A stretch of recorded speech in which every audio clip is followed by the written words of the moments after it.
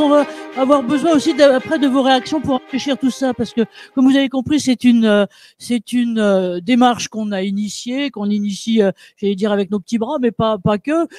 Et donc on va vraiment avoir besoin de vous pour la concrétiser et continuer de la porter haut, parce que c'est vrai que je dirais qu'on en a un peu l'expérience tout un chacun quand on tombe malheureusement dans l'une des catégories oui, de malades chroniques, de cancéreux, de diabétiques, de ce qu'on veut selon ou autre, et où là on se dit mais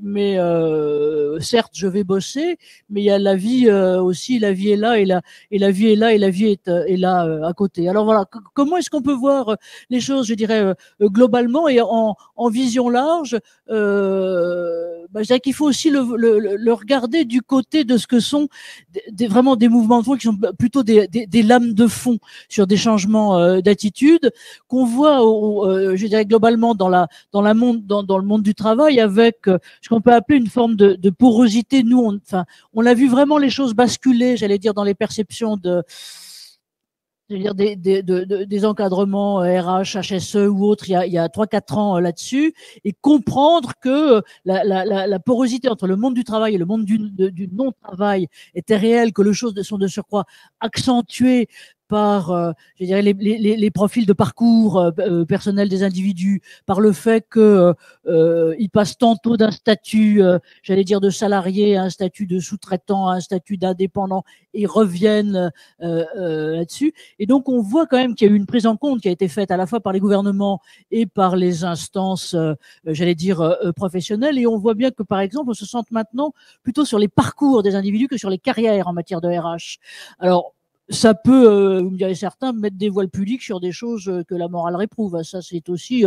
très possible. Mais en tout cas, c'est quand même une centration sur la personne qu'on voit de la même façon, si vous voulez, dans ce que sont, par exemple, les certificats ou les parcours personnels de formation, avec les comptes personnels de formation, les comptes personnels de prévention qui maintenant remplacent, où on voit bien que la personne devient le pivot et non plus la carrière. Et ça, c'est une forme de révolution qui n'est pas très très simple forcément à comprendre et à intégrer pour, je dirais, nos structures et nos fonctionnements d'entreprise. Et puis, on a, je dirais, les exigences croissantes des gens, enfin de nous,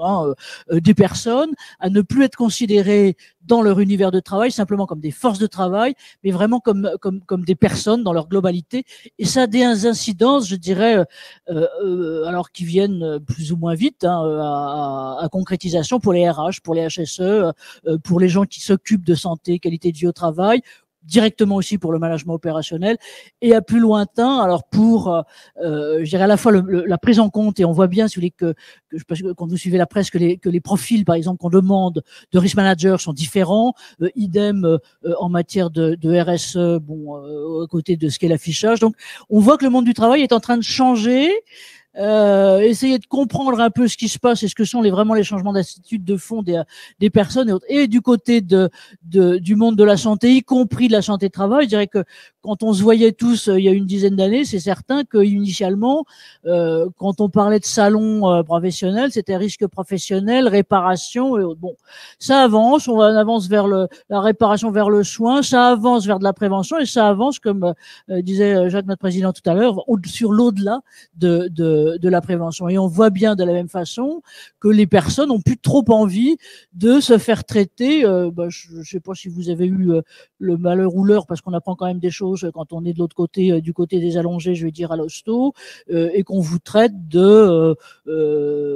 l'ostéite de tel numéro de chambre, le cassé de tel autre, et où initialement c'était ça, et là maintenant les gens ont plus trop envie d'être traités comme ça, d'où notre santé travail avec dans ce sens-là. Et ça, là je vous montre un truc qui est une étude internationale qui a été faite par KPMG, pas France mais internationale là-dessus. On voit que il y a un bouleversement aussi qui commence à être perçu par les leaders business, par les directions d'entreprise, et qui voient bien que la culture a changé à l'intérieur des entreprises. Donc vous voyez, dans l'industrie majoritairement, mais les autres aussi. Et de la même façon, Et ça, alors bien sûr, le basculement a été accru par les conséquences de la pandémie et aussi dans la prise en compte des critères sociaux. Qui avant, je dirais, il y avait quand même un peu le plafond de verre et ça montait pas tant que ça, mais ça commence à bouger. Et donc voilà. Donc si vous voulez bien, c'est un peu la perspective globale. Maintenant, on va en regarder justement et les dimensions internationales pour regarder comment les organismes internationaux, particulièrement l'OIT, particulièrement l'OIT France, je dirais, qui en plus se sont pris récemment, j'allais dire, toutes les crises et qui ont été aussi un peu les éléments solides, puisque vous savez, l'OIT est tripartite, hein, donc c'est à la fois gouvernement, représentants de salariés, représentants syndicaux et représentants patronaux, qui doivent tenir ferme là-dessus, justement, sur ce que sont les enjeux à un niveau international et institutionnel sur ce type, et les deux crises qu'on a traversées, puis ils ne sont pas terminées, à la fois la crise Covid et puis la crise de la guerre.